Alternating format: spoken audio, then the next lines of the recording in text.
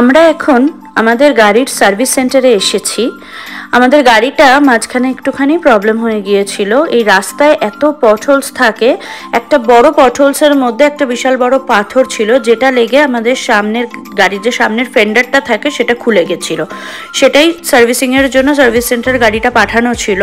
Almost 15 দিনের মাথায় এখন গাড়িটা হাতে পাচ্ছি, তো গাড়িটা নিতে এসেছি।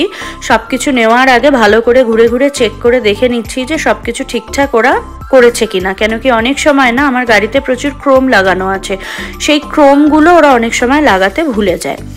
আর গাড়িটা নিতে এসে তখনই মনে মনে ডিসাইড করে নিয়েছিলাম যে গাড়িটা হাতে পেলে কোনো একটা মন্দিরে গিয়ে একটুখানি দর্শন করে আসব।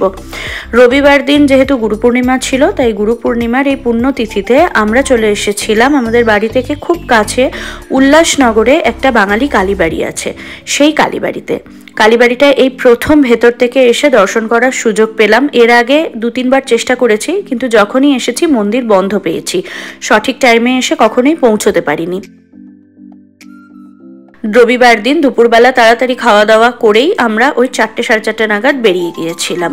মুষলধারে বৃষ্টি, কিন্তু তার মধ্যেও আমরা ডিসাইড করেছিলাম যে যত যাই হোক না কেন আমরা আজকে গিয়ে মন্দিরে মায়ের দর্শন করবই।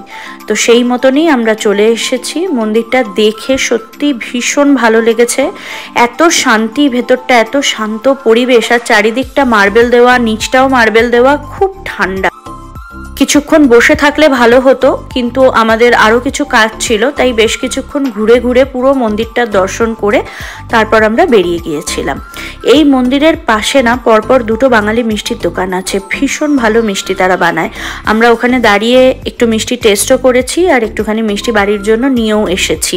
আমি মুম্বাইতে বা মহারাষ্ট্রতে কলকাতার মতন বা পশ্চিমবঙ্গের মতন মেলার জিলিপি ভীষণ মিস করি। আমি সেই জিলিপিও এখানে এই মিষ্টির দোকানে পেয়েছি, সেটাও আমি নিয়ে এসেছি কিনে। কেন কি আমার ওই মেলাতে পাওয়া যায় যে মোটা মোটা জিলিপিগুলো, ভেতরে রস ভর্তি থাকে, ওইগুলো ভীষণ ভালো লাগে। যাই হোক, আমরা দর্শন করে তাড়াতাড়ি বেরিয়ে পড়ি। প্রচণ্ড বৃষ্টি হচ্ছে, প্রচণ্ড বৃষ্টি, এবং এই দিকটা না একদম লো লাইন, এই দিকটাতে প্রচুর জল জমে। আমি আসার সময়ই দেখলাম পুরো রাস্তাটা পটহোলসে ভর্তি। তো যাওয়ার সময় যে কারণে ডিসাইড করেছি আমরা ঘুরে যাব, অন্য দিক দিয়ে অন্য রাস্তা দিয়ে ঘুরে যাব। এই মন্দিরটা আমাদের বাড়ি থেকে আধা ঘন্টার ডিস্টেন্স, কিন্তু অন্য একটা রাস্তা দিয়ে ঘুরে গেলে ডিস্টেন্সটা বেড়ে যাবে ঠিকই, বাট কিছু করার নেই। আসার সময় আমি রাস্তার যা কন্ডিশন দেখলাম, এই রুটে আমাকে ঘুরেই যেতে হবে, কেন কি ওই রাস্তায় আমি আর যেতে চাই না। আর মন্দিরের ভেতরে না এই একটা গণেশ ঠাকুরেরও মূর্তি দেখলাম, ঠিক পেছন দিকটাতে রাখা, খুব সুন্দর। আমি জানি না ওটা রূপোর কিনা।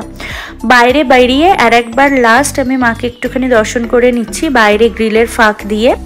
এর আগে যতবার এসেছি এখান দিয়েই মাকে দেখেছি, ভেতরে ঢোকার তো সৌভাগ্য হয়নি।